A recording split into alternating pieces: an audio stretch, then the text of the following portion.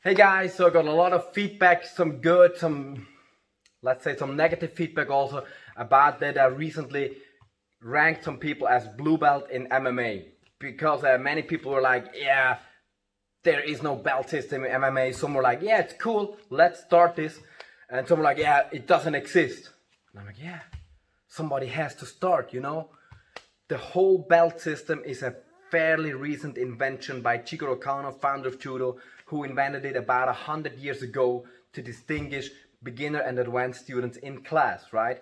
And it was a huge success. Obviously, it was a huge success, and the more competitive arts have to catch on.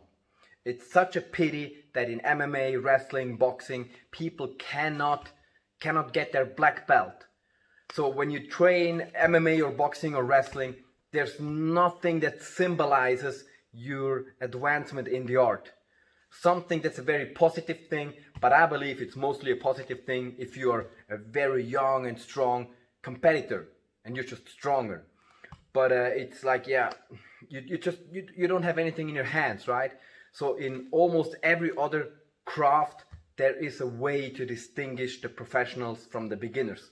You can reach a PhD, and a black belt is comparable to a PhD because it really makes a huge difference in level and in respect, and obviously even more so in specialization of what is your PhD, right? A PhD in astrophysics is not the same as, a PhD in modern arts. And so there's levels to this stuff. And even within the same art, so judo black belt from somebody is not the same value as a judo black belt from somebody else. Or in BJJ, we know that very well. Lineage makes a difference. But within class, it's very valuable, and it's a good goal for people to have. And it's very valuable for them to have something that they can strive for. I recently made a video about the pros and cons and the big pros of having a belt grading system. And I've used a belt system because I think having a brown glove or being black glove or brown shirt or whatever is just not the same. You're doing martial arts, you want to become a black belt, right?